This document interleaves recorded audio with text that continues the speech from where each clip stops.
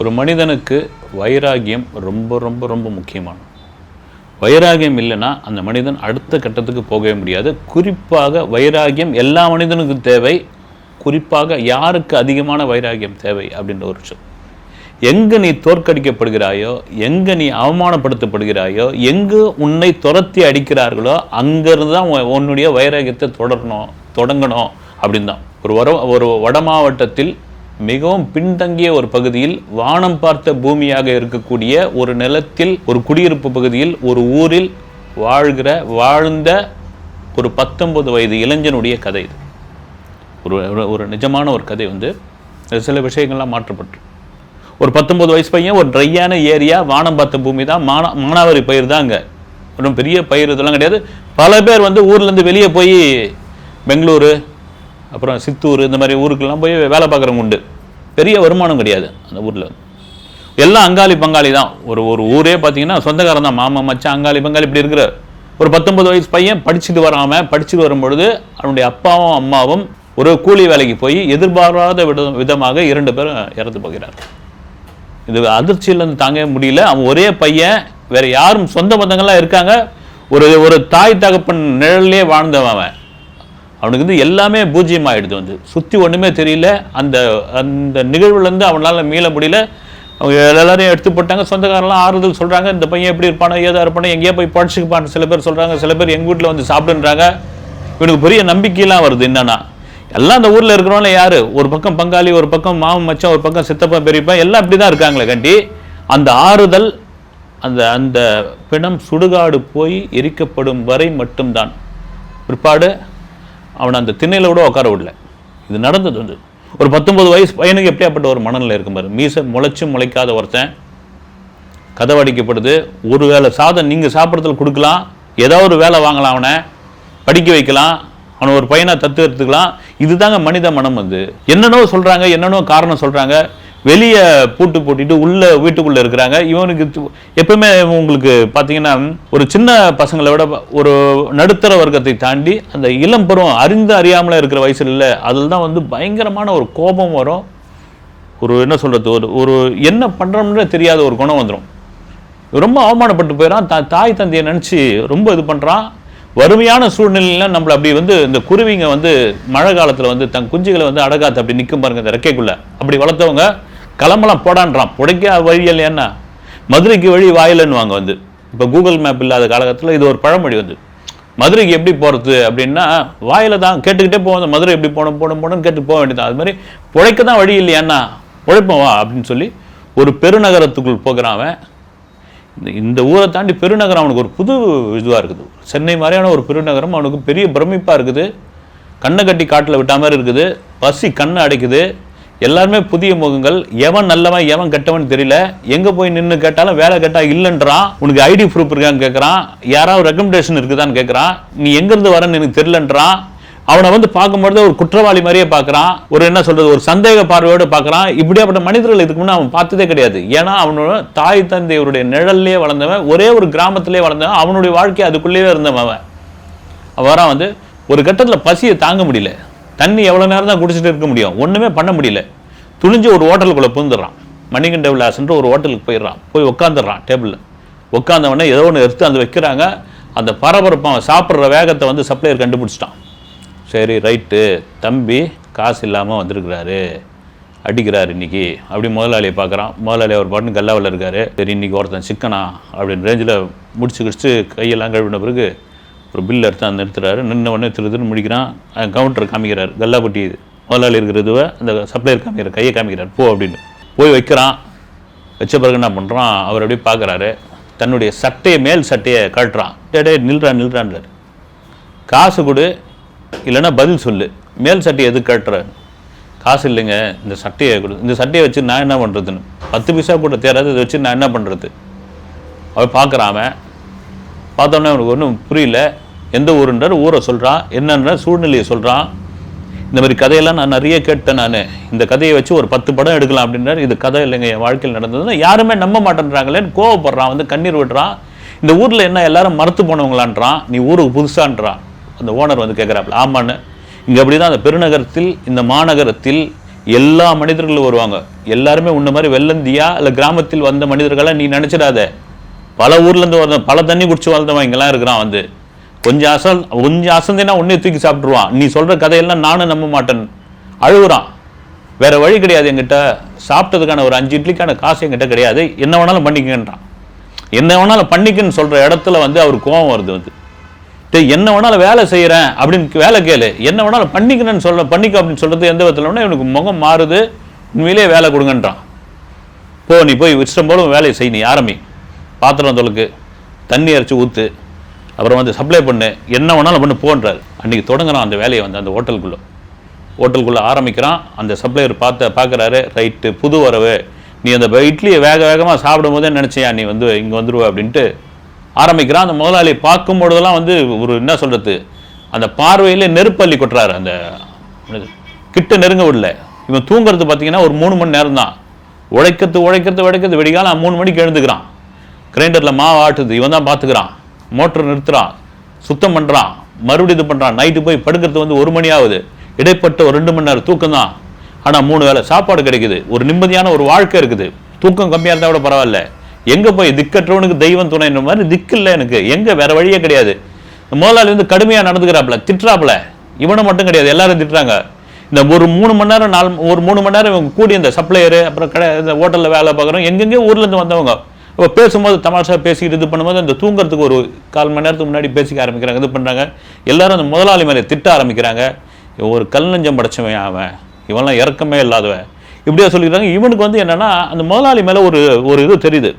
என்ன ஒன்று, நமக்கு பசிக்கு ஒரு சாப்பாடு கொடுத்த ஒரு நபர் வந்து காசு வாங்கல, வேலை இருக்குது செய்யா, என்ன வேணாலும் பண்ணிங்கன்னு சொல்லும்போது நீ வேலை செய்கிறேன்னு சொல்கிறான்னு ஒரு வேலை கொடுத்த ஒரு நபர் வந்து திட்டட்டா. அவர் அதை பற்றி கவலையே இல்லை. ஏங்க ஒரு சொந்த பந்தம், ஒரு உற்றார் உறவினர், ஒரு தொப்புள் கொடி சொந்தம், இவங்கெல்லாம் ஒரு வாய் சோறு போடாதத யாரோ ஒரு மனிதன் எங்கேயோ நம்ம வேலை செய்கிறோம், சரி அதை தாண்டி நமக்கு பசிச்சப்போ சோறு போடுறாள்ல அப்படின்னு ஒரு காலம் ஓடுது. ஒரு 1.5 மாதம் ஆகுது. வேலை செஞ்ச பசங்களாம் சொல்கிறாங்க, சம்பளம் வாங்க கேளு, போய் சம்பளம் கேளுன்றாங்க. போய் மெதுவாக தயங்கி என்ன அப்படின்றாரு. இல்லை முதலாளி 1.5 மாதம் ஆயிடுச்சு சம்பளம். நீ கிழிக்கு சம்பளம்மா, நீ சாப்பிட்டதே சம்பளத்துக்கு மேலே போகண்டாம். வந்து ஏதாவது உனக்கு செலவுக்கு வேணும், சினிமா பார்க்கணும், வெளியே போகணும்னு சொன்னால் என்கிட்ட காசு கேளு, மற்றபடி போலாம் அப்படின்றாரு. போய் வெளியே வந்தோடனே சுற்றி இருந்தவங்களாம் சொல்கிறாங்க, இவன் ஏமாத்துக்காரன், பக்கத்து ஹோட்டலில் போய் நீ வேலைக்கு சேர்ந்துரு, ஆள் இல்லை, அடுத்த தெருவில் வந்து இது பண்ணிவிட்டு வேறு ஒரு இடத்துல இருக்குதுன்றாங்க. இவனுக்கு மனசு வரல. திட்டினாலும் அந்த விசுவாசம்னு ஒன்று இருக்கு இல்லைங்களா, அந்த நேரத்தில் நம்ம கொடுத்தவர், அவர் என்ன வேணாலும் திட்டிக்கிட்டோம், எங்கள் அப்பா இடத்துல இருந்து திட்டுறாருன்னு வச்சுப்பேன் நான் அப்படின்ற அளவுக்கு வந்து இந்த ஒரு கட்டத்தில் பேச ஆரம்பிக்கிறாங்க. குசுன்னு இந்த சப்ளையர்லாம் பேச ஆரம்பிக்கிறாங்க. என்னென்ன பிரச்சனைன்னு போய் கேட்குறான். இல்லைடா தம்பி, இங்கே வரானுங்க, வேலைக்கு செய்கிறானுங்க, நல்லா தான் வேலை செஞ்சுட்டு இருக்கானுங்க, ஒரு 4-5 வருஷத்துக்கு அப்புறம் அவனுக்கு காணாமல் போகிறானுங்க, எப்படி காணாமல் போகிறானுங்க ஏதுன்னு தெரியல, ஒரே மர்மமாக இருக்குதுன்னு இவன் மனசில் வந்து ஒரு திகில வந்து ஒரு துளி விதைக்கிறானுங்க. இவனுக்கும் ஒரு மாதிரி இருக்குது. இந்த ஆள் வந்து ஒரு மாதிரி கடுகடுன்னு பேசுகிறாப்புல, இந்த ஆள் நல்லவனா கெட்டவனா அப்படின்னு ஒரு டவுட் வருது. 4 வருஷமாக வேலை போகிறோம், திடீர்னு காணாமல் போகிறாங்கன்னா என்ன அர்த்தம்? ஆனாலும் வேலை நடந்துக்கிட்டே இருக்குது. மறுபடியும் ஒரு தடவை போய் சம்பளம் வாயை திறக்கிறான். இந்த முறையும் கடுமையாக திட்ட ஆரம்பித்தேன். இந்த இப்போ சுற்றி உள்ள இந்த சப்ளையர் இருக்காங்க இல்லையா, சப்ளையர், ஹோட்டலில் வேலை செய்கிறவங்க, டேபிள் துடைக்கிறவங்க எல்லாம் இங்கே வந்து அவங்க எல்லாம் இதுவாகுது. இவனுக்கு வயசும் கூடுது, நல்லா உழைக்கிறான், உழைக்கிறான். அந்த மணிக்கட்ட விலாஸ் வந்து மேலே ஒரு 2வது ஃப்ளோர் கட்டுறாரு, கீழே டிஃபனு, மேலே சாப்பாடு, அதுக்கு மேலே வந்து ஏசி ரூமு, இப்படியே போயிட்டு இருக்குது, வந்து வளர்ந்துக்கிட்டு இருக்கு. இவனுக்கு சம்பளன்ற ஒரு விஷயமே எடுத்துக்கல, பரவாயில்லன்ற அளவுக்கு ஆயிடுச்சு. ஒரு நல்ல ஒரு அந்த அவனுடைய ஊர், அவனுடைய அப்பா அம்மா ஞாபகம் இல்லாமல் ஒரு வாழ்க்கை வாழ்ந்துக்கிட்டு இருக்கான். ஒரு வயதும் வருது. அப்போ எல்லாரும் சொல்கிறாங்க, நீ யாராவது லவ் பண்ணுறியாடா அப்படின்னு கேட்குறாங்க. என் கெட்ட லவ்வா அப்படின்றான். என்னெல்லாம் யார் பார்க்கும்? இல்லைடா மணிகண்டா, அதுலேருந்து ஒரு பெரியவர் உட்காந்துருக்காரு. அவர் ரொம்ப காலம் அங்கேருந்து அந்த ஹோட்டலில் வேலை பார்க்குறாரு. இல்லைடா தம்பி, உனக்குன்னு ஒரு குடும்பம், உனக்குன்னு ஒரு குழந்தை, மனைவி, இதெல்லாம் வேணும். அப்போ தான் உனக்கு வாழ்க்கையில் ஒரு பிடிமானம் இருக்குன்னு. யார் தாத்தா எனக்குலாம் பொண்ணு கொடுக்க போகிறாங்க அப்படின்னு. பொண்ணு கொடுக்கலன்னா பொண்ணு தேடுவாவா அப்படின்றாங்க.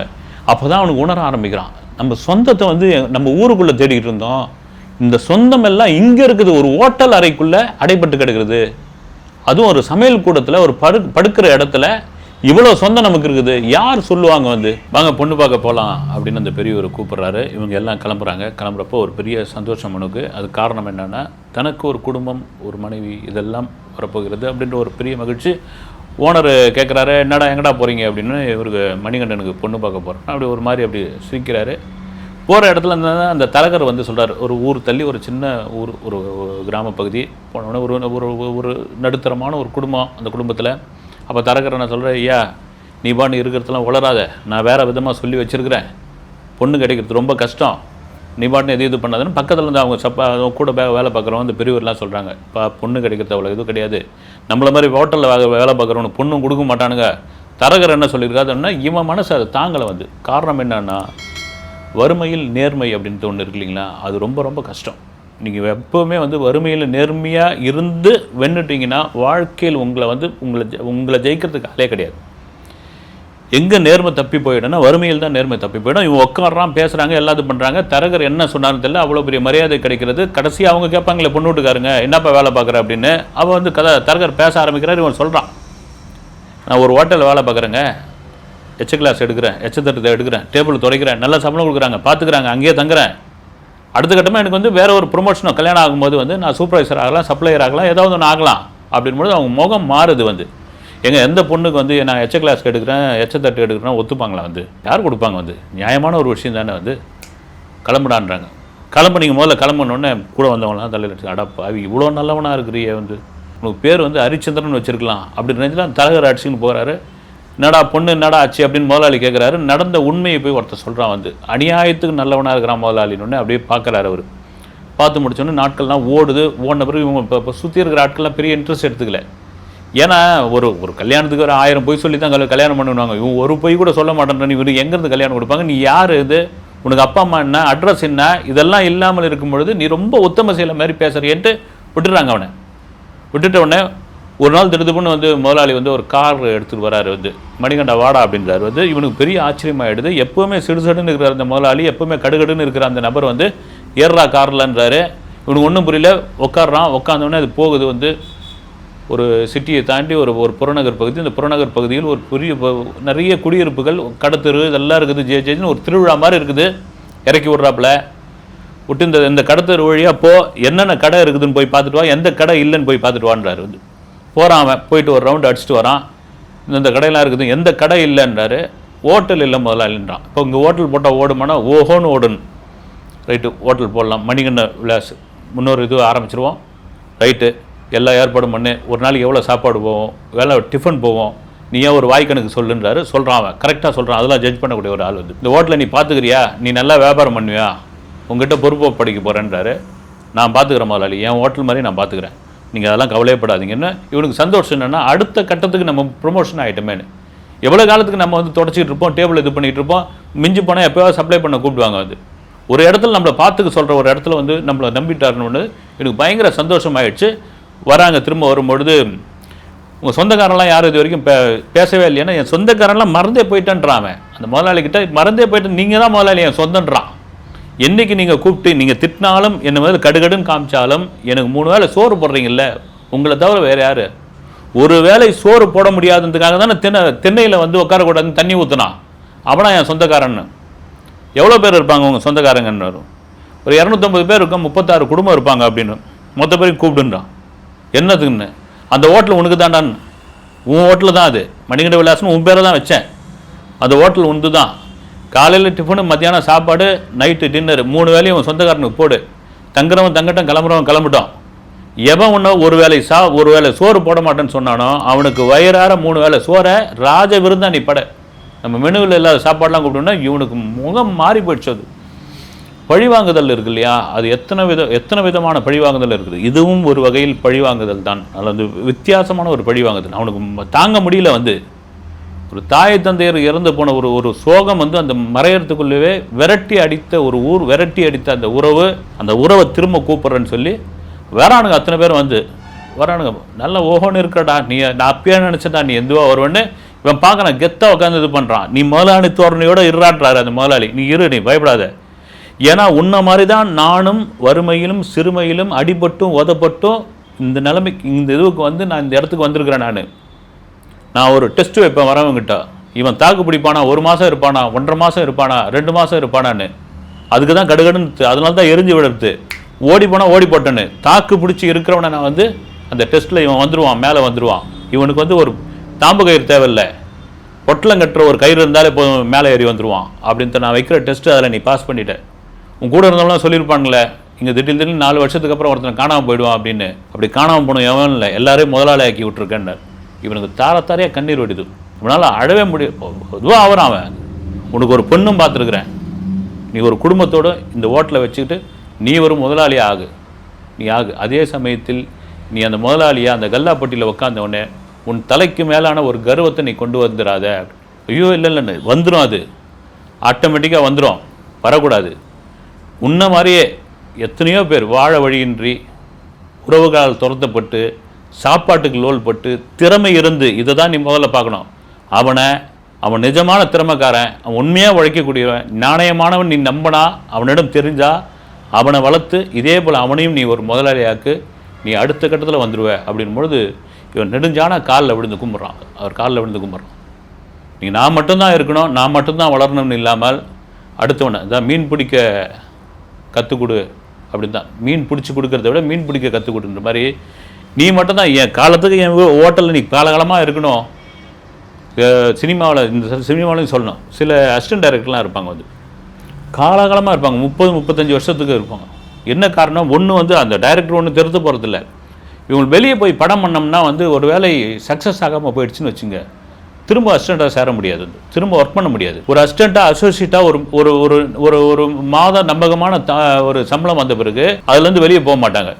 இவங்கள சில பேரை வச்சுப்பாங்க, இவர் நல்ல ஒரு விசுவாசமான அசோசியேட் இவர் அப்படின்னு வச்சுப்பாங்க. அந்த மாதிரியான ஒரு மனநிலைக்கு தன் முதலாளி இல்லாத பொழுது நான் ஏன் இருக்கணும், நான் ஒரு 50 இல்லை 100 முதலாளிகளை நான் உருவாக்கி கட்டுறேன் அப்படின்ற அவர்கிட்ட சொல்கிறான், சத்தியம் பண்ணுறான். அவருக்கு தாரையாக கண்ணீர் வருது. இதுதான் ரொம்ப ரொம்ப முக்கியமான ஒரு விஷயம். அவனுக்குள்ளே பார்த்தீங்கன்னா அடுத்த கட்டமான ஒரு விஷயத்தை இந்த மாதிரி லோல் பட்டு லொங்க அழிஞ்சு வந்தான் இல்லையா, அவனை ஒரு இடத்துல உட்கார வை, அவனை அடுத்த வாழ்வு கொடு அப்படின்ற அந்த விஷயம் அந்த மனசில் அந்த வேரூன்றி வைத்த இந்த மணிகண்டனை விட அந்த முதலாளி மணிகண்டன் தான் சால சிறந்தவர், உயரத்தில் நிற்பவர் என்பதில் மாற்று கருத்து இல்லவே இல்லை.